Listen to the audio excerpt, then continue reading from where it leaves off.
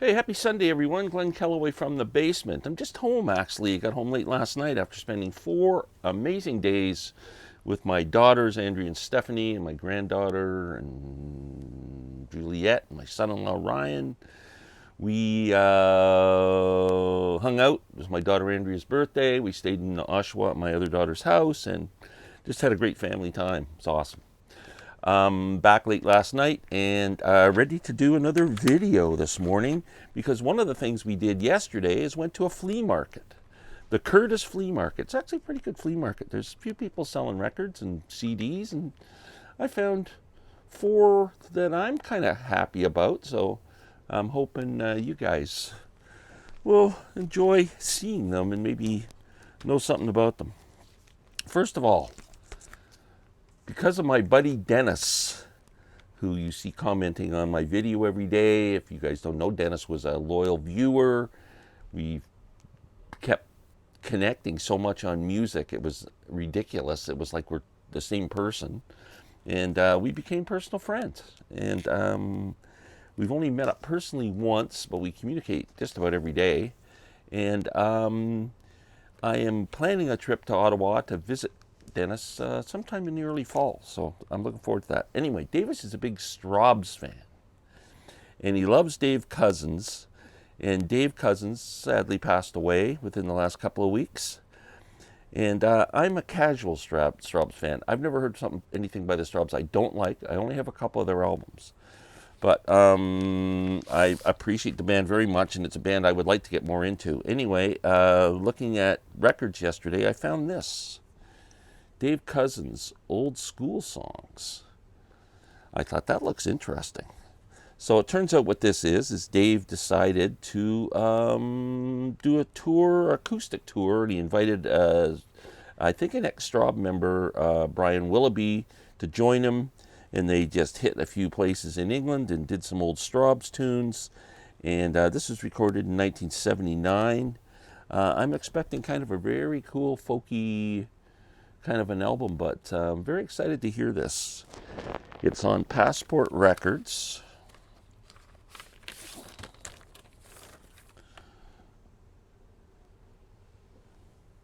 Trying to get it so you can see it.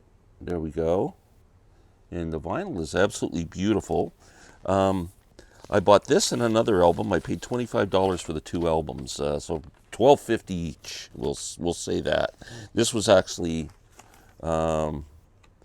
down for $20, marked at $20 when I picked it up. The second album I got was just filling out my Genesis collection with what some people consider Genesis's best album. Selling England by the Pound. I've been looking for it on vinyl for a while at a good price, in good condition. So he had a $12 price tag on that, but he sold me the two albums for $25. Cash. Cashola. Atlantic Records, again, absolutely in pretty fine shape. I'm very happy with the condition of the vinyl. Yeah, some people consider this Genesis's best album. For a while, it was my favorite too. Dancing with the Moonlit Night is just fantastic. I Know What I Like's a great song. Firth of Fifth is one of the best Genesis songs, top 5 for sure.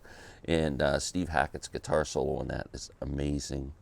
The Cinema Show's on here. Yeah, Phil Collins, Mike Rutherford, Stephen Hackett, Tony Banks, Peter Gabriel.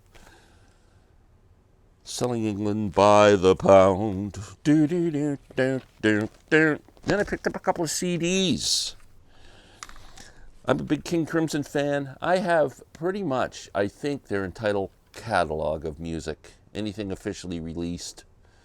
A lot of live stuff. But the one I was missing was, I think, their last release from 2003. It was called The Power to Believe. And I found that for $5.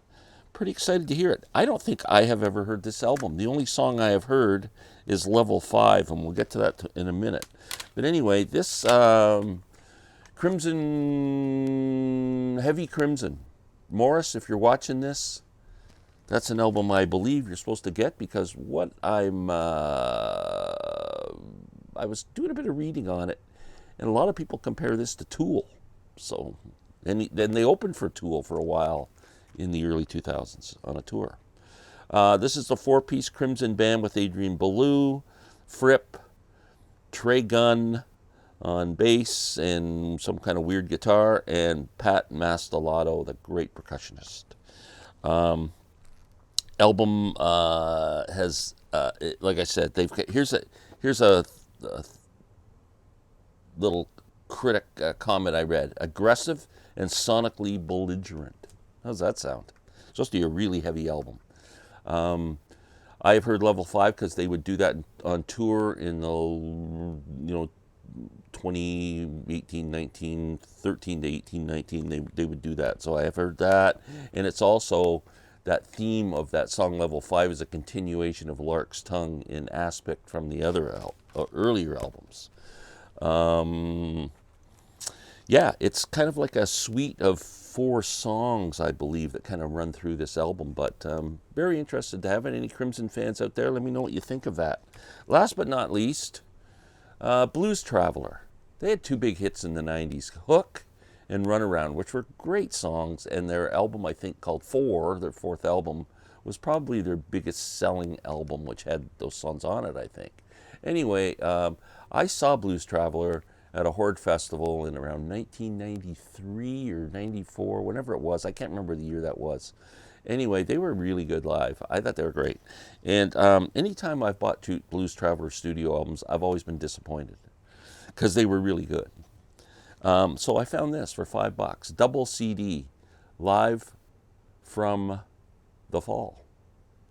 This is a fall tour they did in 1995. And they don't do Hook or Runaround on this album. This was kind of recorded at the time of their biggest popularity with the album 4.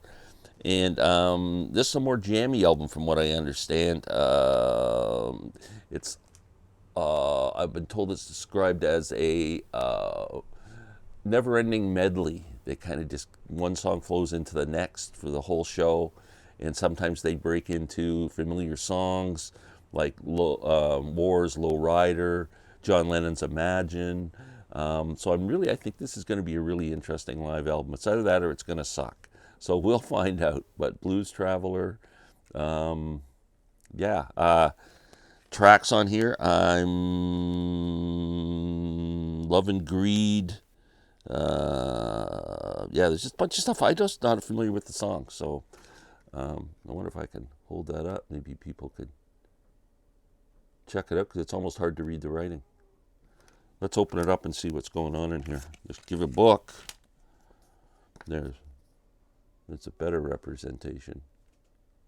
So as you can see, the songs kind of look like they flow into each other. Just little pictures of the tour. Very little pictures of the tour. Oh, there's more little pictures of the tour. That's a lot of little pictures. Then all the blurb of what's going on with the album. Here's the CD. Second CD looks just like the first CD, so I'm not going to pull it out. And so Flea Market finds. We'll be back Monday. Have a good day.